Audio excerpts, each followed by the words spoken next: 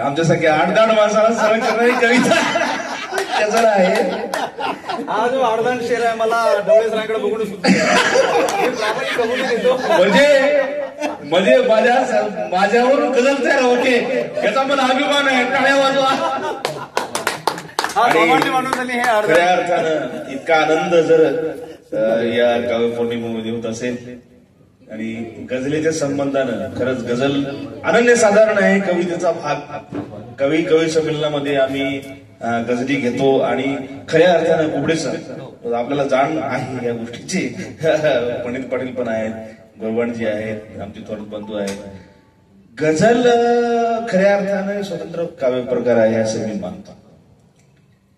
ते काफिया काय काय काय ते आपल्याला काही कळत नाही, परंतु अवघड आहे ते खरंच अवघड आहे. त्याच्यात बसवल्यावर ते फार गोड होती ती गोष्ट वेगळी.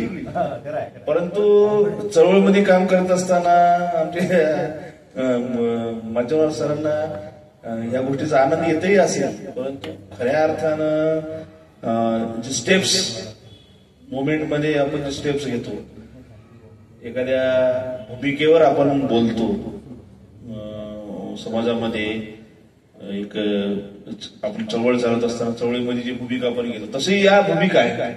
एक स्टेप म्हणजे भूमिका आहे. म्हणजे गझल काही साधा प्रकार नाही. आणि या संबंधानं मी म्हणजे वाघमारे सरांच्या ऐवजी हा माईक हातामध्ये याच्यासाठी घेतला की एप्रिल महिन्यामध्ये गझलेसाठी आम्ही फार सुंदर कार्यक्रम आयोजित करतो.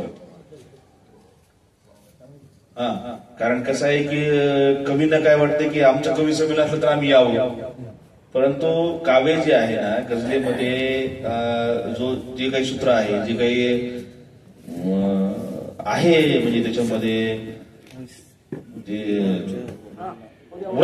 व्रत आहे, गा लगा काय काहीतरी आहे, तर जरी काय हरकत नाही त्याच्यामध्ये हे नियंत्रितपणा आलेला आहे. आपल्या कवितेमध्ये मुक्त छंद आहे, यमक आहे, शार्दूल विक्रीडित आहे, भुजंग प्रयत आहे, हे सगळ्या गोष्टी आहेत. परंतु या ह्याच्यामध्ये सांगायचं तात्पर्य यासाठी मी थांबलो आहे की आमचे चंद्रकांत कदम यांनी असा एक संकल्प केलेला आहे की एप्रिल महिन्यामध्ये गझलेसाठी एक स्वतंत्र आपण कार्यक्रम करत आहोत मोठा. गझल सादरीकरण, गझल गायन असं आहे आणि पुरस्कार वगैरे आहे. तर मी कदम सरांसाठी जोरदार टाळ्यासाठी अपेक्षा करतो.